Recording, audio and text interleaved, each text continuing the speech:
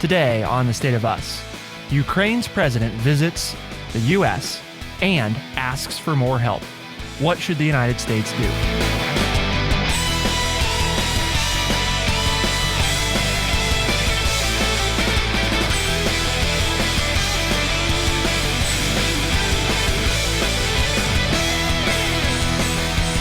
Welcome to The State of Us. I'm your host, Justin T. Weller, joined today by the one and only, your friendly redneck liberal and the senior resident historian here at True Chat, Mr. Lance Jackson.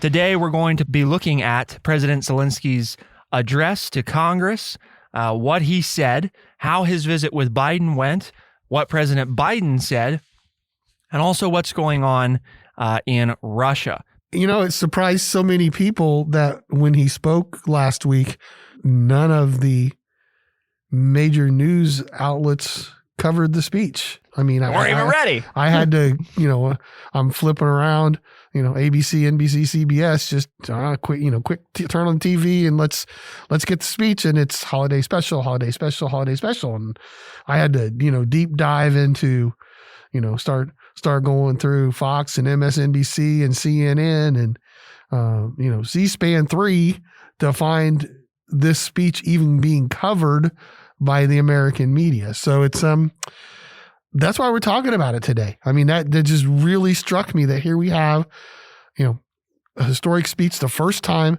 that President Zalenskyy has left the country, his country, Ukraine, since the war started, to speak to the U.S. Congress and the U.S. President live and in person, and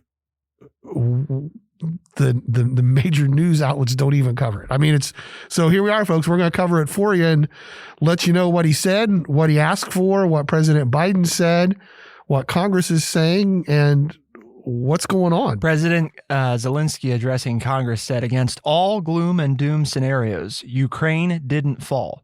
Ukraine is alive and kicking.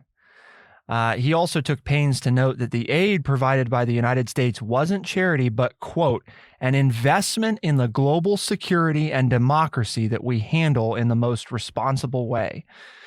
He spoke in English for much of his remarks, which included references to turning points in the past, such as the Battle of Saratoga during the Revolutionary War and the Battle of the Bulge during World War II, which was followed by bursts of applause and standing ovation. I mean, it looked like Congress was very supportive from the imagery and the applause breaks. Can you shed light, though, Lance, on, I mean, for our listeners, if we mentioned the Battle of Saratoga, the Battle of the Bulge, maybe those names ring something familiar, but why do we care? I mean, why are those meaningful that he mentions those? Well, I mean, the Battle of Saratoga was early in the American Revolution, and it had to do with the United States. At that point, it looked like they were in trouble, and the British made a mistake, and they split their troops and overestimated, and the United States won a victory that led to the French saying, oh, maybe the Americans have a chance to beat the British, and we'd love to see the British lose. So we began to get more and more help, which is ironic since that's what Ukraine is here, Zelenskyy's here asking from the United States, is more military aid. And that's what the French provided us after the Battle of Saratoga, as well as people, not as much, but a little bit too, the Spanish. Okay, so we always know the French helped us, but the Spanish also helped us. Both did that after the Battle of Saratoga.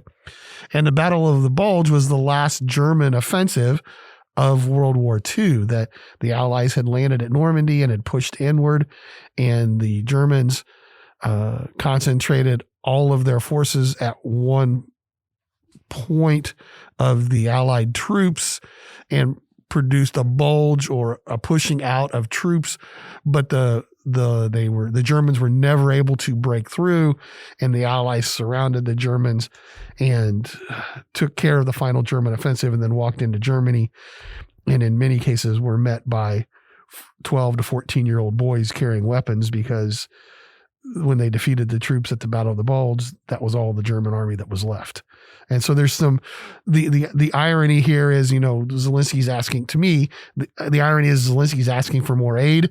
And the fact that, as we're going to talk about later, the Russians are starting to send non-combat troops into combat areas, as the article said, just to fill the gaps. Like they just need somebody to stand there. And that's kind of what happened at the Battle of the Bulge as well. So I think that those are why his speechwriters mentioned those two pieces.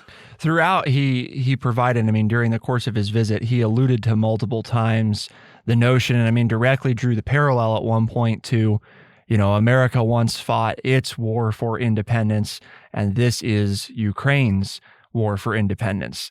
The very fine balance, right, of being thankful and appreciative for your largest financial and military supporter, while also stressing that it's not enough. He, in fact, when addressing Congress, said, he thanked Washington policymakers for approving tens of billions of dollars in aid for Kyiv, and assuming that the aid package goes through, that's part of the congressional spending bill, which looks like it will, we'll be nearing $100 billion in aggregated approved support for Ukraine. And he said, quote, "Your support is crucial." But he went on to say, "Is it enough? Honestly, not really." And I think that's kind of to me, that was one of the big takeaways from this, is he keeps trying to point out that it's not that we don't appreciate what you've done, but as Lance has said on more than one occasion, I think we've said as well, this is just going to keep going. The Ukrainians don't seem like they're going to just break.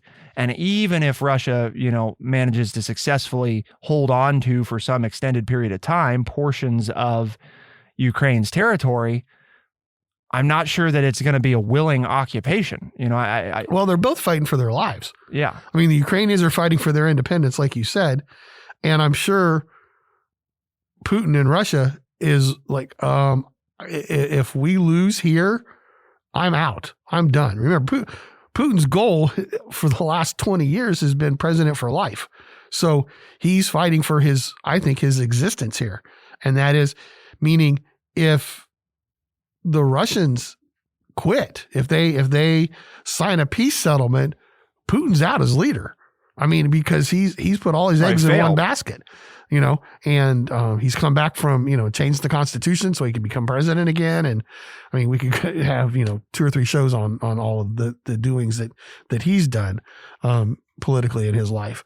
But so what you have is, this isn't going to be over. And I think the Russians are known for using winter as a military strategy, and it's now entering winter, and they're fighting a war of attrition. They defeated the Germans at Stalingrad because of all of the horrible winters, and did it willing to sacrifice their own people.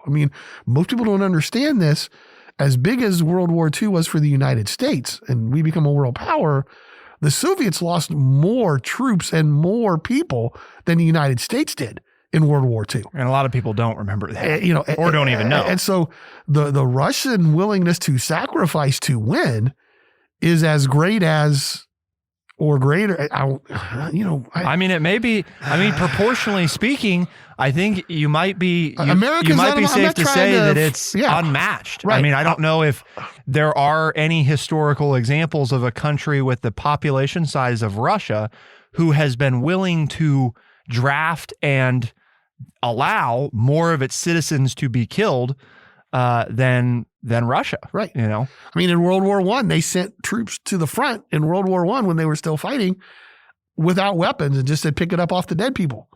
But they sent people in to fight. And that's one reason why there was a revolution in Russia, and the monarchy was overthrown, and weren't wild about, and communism took over, But again, it's the sacrifice that Russia's willing to make as a nation and as a people to fight a war that they've started. So, and the last time they lost is what led to an overthrow of the government. And so Putin studies history. He knows history, and he's not going to lose, because losing means he loses everything that he's fought to attain. I only say all of this because then you have to realize this as we get to the end of the show and talk about what the United States should do. That's the kind of people and the kind of person that you're fighting against.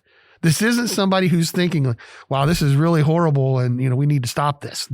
I don't think that's going to happen. To end this war, it has to end with Putin being out of office, and Putin has spent his entire career to do everything he can to stay in office until he dies. To your point, what I find interesting is that neither side, but the United States, or Ukraine, but they're being really careful not to disagree about exit strategy. But it was during a news conference, a Ukrainian reporter asked Mr. Biden whether the United States should provide Kiev with everything it needs all at once. President Biden responded, his answer is yes. Mr. Zalenskyy joked, I agree. We both agree that the war is bad, and we both agree that the U.S. should help, but we don't agree about the extent of that help. And I think that's part of what we want to talk about next is, it is that easy to boil it down to. I mean, if you haven't watched, you can certainly find it, online, just the news conference.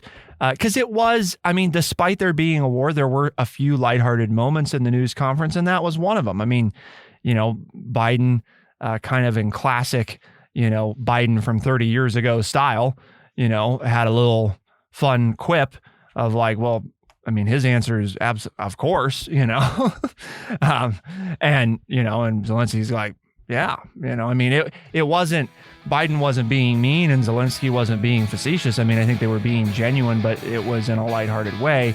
But the point is, it is that easy for Ukraine. They'll take anything that we'll give them. They want more than what we'll give them because they look at it as we could maybe win this war if you would give us, everything that we need. And the U.S. continues to inch forward on, the level of what we're willing to provide. So keep it here on The State of Us. We'll be right back.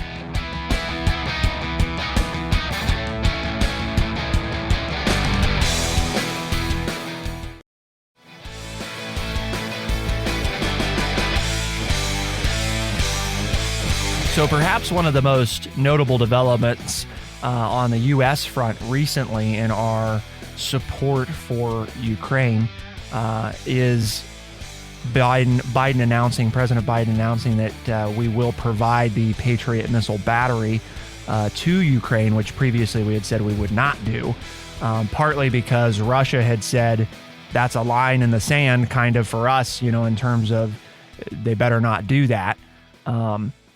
And we've gotten to the point where I guess we kind of feel like we don't care. And you might say, well, how did we get there? Well, keep in mind, if you're not up to date on this, Russia, especially in recent months, again, like Lance said, they use winter as a weapon, right?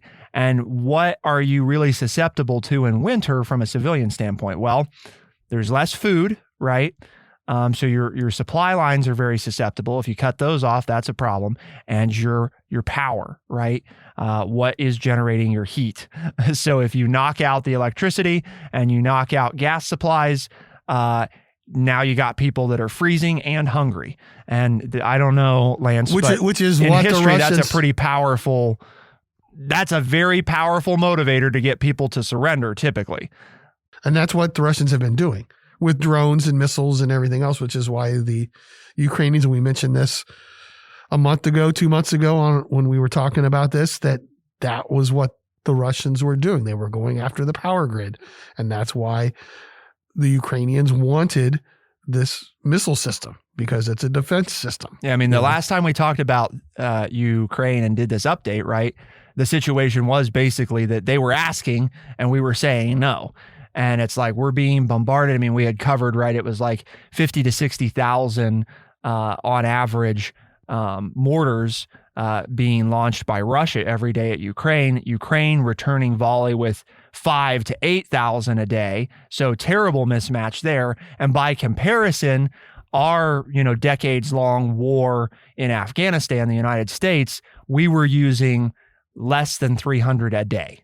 So that, again, providing perspective for the scale at which things are taking place. And basically, Ukraine saying, we just want to be able to stop them from knocking out our power grid. We want to be able to keep our people, warm and keep them with power. And that's kind of just a basic we're going into to winter, and it's not a luxury now. It's people are going to die. More people are going to die. I mean, people have already died.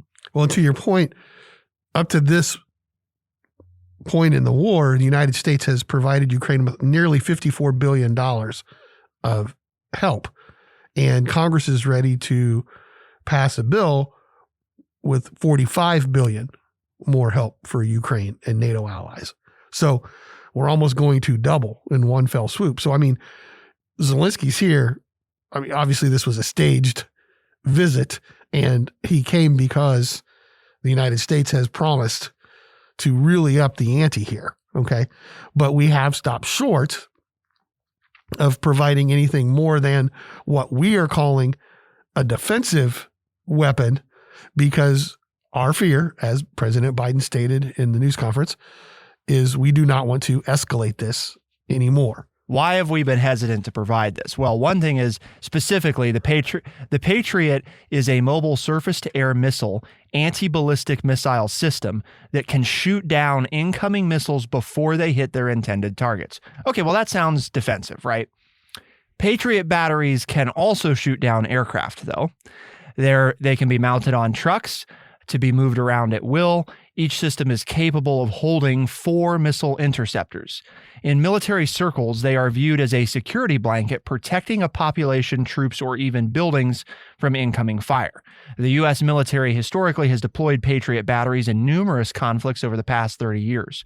Most recently, U.S. troops at one of our air bases in the United Arab Emirates fired Patriot interceptors at missiles headed toward the base in January, according to U.S. Central Command.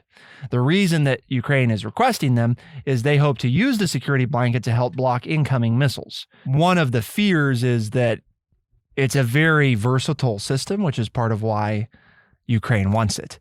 It is designed as a defensive system, but it's a defensive system that, for example, right now, Ukraine has trouble, doing much against the air situation for Russia. And this is obviously something that it would improve the ability to shoot down incoming missiles, but it also would improve overall air defense capabilities as well, because now you're not going to be able to just fly your jets over top unabashed, and not that they can do that right now, but it definitely elevates that level of complicating things for Russia, which is part of why Russia's not interested. Well, and being mobile, the Ukrainians can take it as close to, they take it anywhere they want. Well, and that's why historically, right, Russia has had resistance to Patriot missile batteries too close to NATO borders, because even if, and Russia doesn't want to necessarily concede that they're strictly defensive, but even if they're defensive based on their range,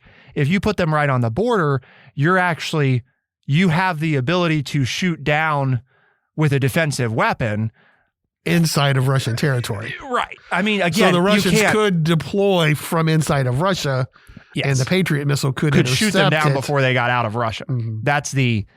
That's again, understanding Russia's reasoning. They're saying, well, it's sort of a defensive weapon, but it's offensive in that you don't have to be under attack in order to use it. So if Ukraine parks these on the border of Ukraine and Russia, now you could shoot down a Russian plane that's in Russian airspace inside of Russia before it ever leaves Russia, thereby making it an offensive weapon. And I'm using air quotes there, folks, that you can't see, because again, is that, what's Russia doing with that plane that's in Russian airspace? Well, so but who's talking? Right. If it's us, it's defensive. And if it's Russia, again, how would we feel if Canada parked, missile batteries like that on our border, and said, oh, well, they're defensive. Well, are they? Yeah. Or if the United States was involved with Russia and they put the missiles and shot down airplanes in, quote, safe space because they thought we were going to attack. Well, how did we feel when they put missiles in Cuba? Right. I mean, and that's not even a land border. That's just, that's, across the ocean. And of course, we know now that a lot of generals were saying we gotta attack Cuba now. Well, those were nuclear missiles. They weren't defensive missiles. But no, it's this old thing. And what are you willing to do? Obviously Zelensky and his people are fighting for their lives, they're willing to do anything and everything that it takes. Particularly when the losses they've already suffered, they don't want there to be a battle of the bulge and say in the winter, the Russians all of a sudden counterattack and they don't have any, and they lose the ground that they've already fought to regain. And then it just continues on and on and on. They're looking for an end game. And I'm just not sure. I'm not sure there is an end game with Putin continuing in power, which means I'm not sure the Russians are going to quit until they get what Putin wants. So you have the mixture for a war that's going to continue because the Ukrainians aren't going to quit because they're fighting for their livelihood, and so is Putin. So what do you do if you're the United States? What do you do if you're NATO? And important to understand, too, that a Patriot missile battery, right, and us providing these to Ukraine is not most experts don't believe it's a game changer. And you might say, well, why? Well, because you have to keep in mind that each missile round, so one round from a Patriot missile battery, comes in at roughly $4 million. Okay. So in other words, all like these very inexpensive ballistic missiles that maybe cost $100,000 or these $20,000 Iranian drones, the U.S. is going to be saying to Ukraine, you're not using a $4 million missile to knock down a $100,000 missile. That's, that doesn't work. And also that you're going to deplete your aid. What it does do, and this is why it's important, is it frees up the less advanced systems that are less expensive to go after the drones and the smaller missiles. So it's understanding it's important, but it's also not going to be, it's not like, oh, overnight it's fixed. The other reason overnight it's not fixed is it's a big logistical need. Each battery for U.S. soldiers requires about 90 soldiers per battery to operate. It includes, a whole array of computer systems, radar, power generating equipment. It's a big logistical hurdle, and it only can protect a certain geography. It's not Russia and Ukraine share 500 miles of border. A Patriot missile battery can't defend that whole border. Am I glad we're doing it, Lance? Of course, because I think we should have already done it. At the same time, I think it's important that we help people understand it's not like, oh, well, Ukraine's saved because we're providing it. No, that's this is not going to be the thing that ends the war, right? It's just another piece of that puzzle. And that's kind of what we're going to talk about in the last segment is as we talk about Russia and what Lance alluded to, what does it take for this to end? We've talked about that before. The Patriot missile battery is not it. So what will it be? Keep it here on The State of Us. We'll be right back.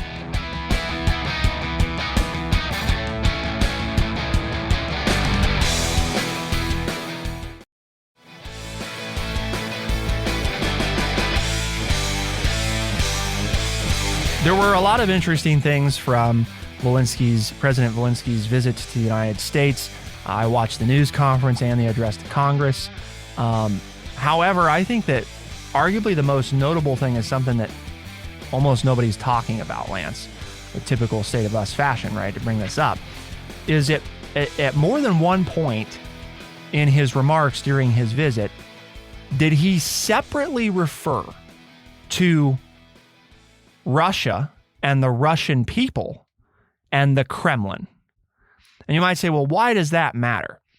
Maybe he's just using them interchangeably. No, because if you pay attention to his remarks, he's very specific when he's using one versus the other.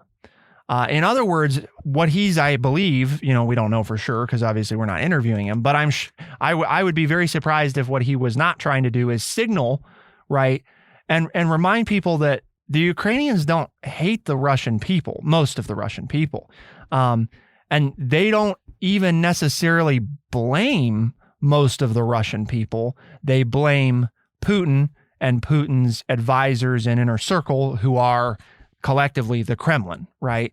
They're the ones that decided to start this, and they're also the ones that are duping the Russian people into believing that the war is justified. The only optimistic thing to say is that Putin plays it somehow so that he comes out the good guy and can stay in power. if Putin can figure that out and control things and stay in power, then there's that possibility, or has he, obviously President Zalenskyy is saying, we want all our land back, but do we go to some kind of an agreement? We'll give up Crimea, which is what Putin wanted, 10 years ago. And now he has it. And Zelensky says, okay, we'll let you have that and let us have everything else back just because we're all tired of fighting. I mean, is there something like that where Putin can save face and, go bluster and this is all I really wanted? And, Zelensky can bluster and say, hey, we kept the Russians out of our country and blah, blah. And everybody knows that it's not really what anybody wants, but they're both tired of fighting and they can both save face and both continue in power. Time will tell, right? Other than that, this is, it's not going to end during the winter because Zelensky's just gotten more from the United States and NATO than he had before. So he's not going to quit. And Putin has said, we're sending in more troops and we're not giving up. We're going into winter and, we've knocked out their heat. So this is our time. We're good. Yeah. So we're in, until spring or summer, until we see anything happening. Nothing's going to happen, except continuing to, I would be surprised if anything happens more than the continued missiles and things like that. I guess I want if we have somebody listening, I would think that we do somewhere in the U.S. who's, former military strategist, current military strategist, somebody who's qualified to speak on the strategy of this. It would seem that if it's likely that the ground fighting will slow down over winter, it would be the opportune time for us to move into position for a show of force with Ukraine and say, this is over, we're done. I still don't get, Lance, I've listened to Biden's remarks, and he said, quote, he was talking about Mr. Putin and he says, Mr. Putin, quote, has no intention of stopping this cruel war, and the U.S. is committed to ensuring that the brave Ukrainian people can continue to defend their country against Russian aggression as long as it takes, end quote. The problem that I have with that, and it's less Biden generally and just more holistically, our stance as a country, when will it end? When do you think it's going to end? Because again, I come back to I would like somebody in the military right now who is advising, and maybe, again, this is one of those things we don't know, Lance, maybe the military is advising differently than what the government's doing, right? In other words, what Biden has decided the stance is may not be what the military has said they think we ought to be doing. It's quite possible, because we've had plenty of presidents historically that have done very different than what the military wanted, sometimes to great success, sometimes to great peril. But it's quite possible the military said, there's no scenario where this ends. There's no likely scenario where this ends where we don't have to get more involved somehow. Because again, playing back to what we talked about with Putin, if he starts to sense that they're going to come after him, somehow, or that they're getting fed up with the war and they decide that they want it to be over, I suppose there's always a chance, right? It's a very low chance. Like Lance says, if he really believes there's a way for him to spin some kind of victory, but by the time your people get that upset, I'm not sure. I don't know how you spin something at that point once you've started to sense that. The only way that you stay in power is to end decisively and show your might to your people. Fear, show them that, no, I was right. We won, and it's over now. And so you don't have anything to worry about. And based on what Putin has options to do in that regard, I think that anything he would do would force us to be more involved somehow. I don't see what actions he would take that would be okay for the United States to stand by and say, yeah, we're just going to let you do that. And that NATO would be okay with that. It just seems like that's a scenario where we're going to be forced to get involved. And then that begs the question in my mind of, we're going to spend close to, basically it's pretty much decided. We're going to spend $100 billion, and that's probably not the end. And we don't see an end in sight. So yeah, it's just money at this point. It's just money, because it's not our people. But I don't know how many Ukrainians have to die, and how many more die because we don't get involved the way that, again, I've said, was on the record before this started, that we should have been involved back then, because it's possible that no Ukrainians would have had to die and that no more Ukrainians would have to die if we got involved now. But can the American public stomach Americans die? Well, it's not up to the American public right now. It's up to our president to decide what to do. You're not that naive, Justin. You know that every member of Congress has to ask themselves that question if they determine, all the way up to the president, it's not just the president, that what are the American people willing to stomach? And I think the reason we're seeing just money, because I think that's the politicians read on the mood of the country, that the majority of people in the United States do not want our troops involved in this fight. I don't want them involved in the fight. I just don't think that there's a alternative solution that ends the conflict. But I think you and I are in the minority. I agree. And so therefore our politicians will not move. Not just the president, but the politicians aren't going to move more than just money, because the mood of the United States is, we really feel bad for Ukraine and we want to support them, but we as a nation are not willing to support them with American troops. I agree with your synopsis that I don't think the political will of our quote unquote leaders, and I am not just talking about Biden, right? I am talking about, as Lance mentioned, Congress as well, is not there to step out on that precipice and say that this, to tell the American people, this is the only option, folks, really, because the other options probably end this way no matter what anyway. That's probably how they're going to end. And the longer that we let it go on, the more likely, I think, and again, this is where I'm asking some military strategists to chime in, that it's going to be worse when we get involved instead of not so bad.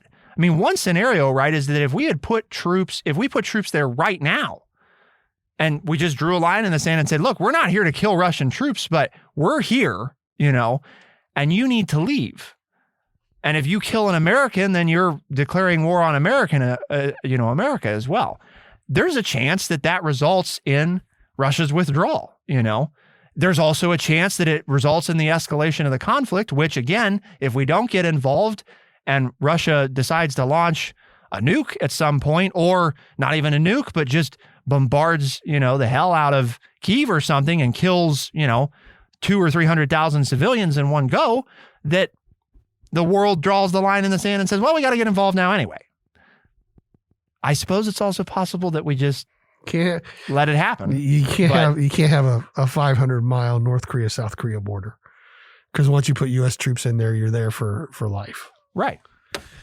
And that border is much, that 500-mile border you're talking about is much bigger than what we have currently in South Korea, which has been there since the early 1950s.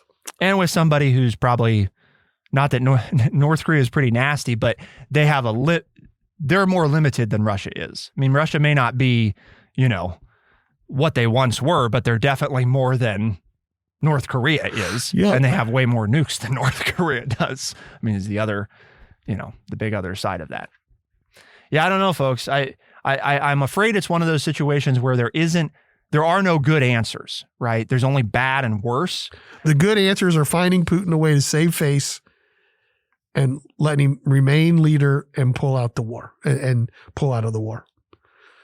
And somebody has to figure out not only how to come up with that scenario, but then also how to actually sell Putin on doing that, which those are two major separate, components. But I guess the question I would leave our listeners with to think about is, if today, right, like you get done listening to this show and you find out breaking news, Russia launched a strategic nuclear weapon against Ukraine, and they just did that. Are you now ready to get involved? I guess is and it's not a rhetorical. I am curious, because to me, if the answer is no, if they do that and the answer is no, we're still not willing to get involved, then I guess, I don't know, I guess you and I have to see that. Then I would say, then why the hell are we spending all this money? Again, it's only money, but like, if that's what we're okay with happening, we're going to spend $100 billion, and then at some point Russia uses a nuke, and we say, well, yeah, I guess it's too bad. I guess we lost Ukraine. So much for that $100 billion that we put out there. Again, it just doesn't seem to add up. So, but if that's how the American people feel, we're holding out hope for that tiny scenario where maybe Ukraine repels them with just enough American assistance and money. To me, that's got to be like there's no way you can let Russia do that. You can't let Russia, China, somebody like that use a nuclear weapon against a democratic state and say, I get it. We're not going to do anything. We're not going to stop you. We're just going to let you do it and take it. Because we let them take Crimea. And that's why they're doing this now. It's just not rocket science. The world, you can't do that. You shouldn't do that. We're going to sanction you. We're going to punish you hard. And Russia said, we don't care. And they took Crimea from Ukraine, and now, surprise, they're coming for the rest of it. Putin's not. I got nothing to add. Some evil genius. He's looking at history. He said, well, you let me have Crimea, you're going to probably let me have Ukraine. I just have to wait you out. You're going to bluster and bluster and bluster, and that's fine. And I'll kill millions of my people, and I'll get it. So Yep. Are we okay with that? Are we okay with them having Ukraine? I think that's what it comes down to. And if you're not, then you have to say, well, we probably have to be willing to do more than we're doing.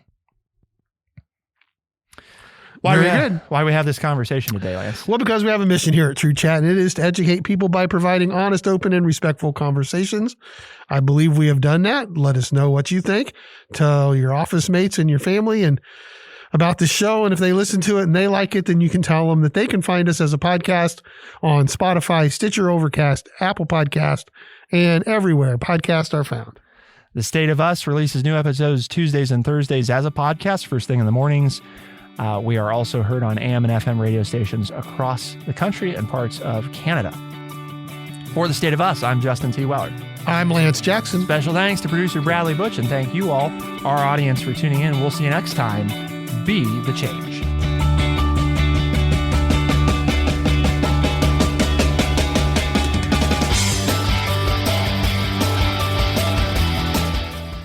Be sure to check out our website, thestateofus.org, for books, articles, and all the ways to tune in. thestateofus.org.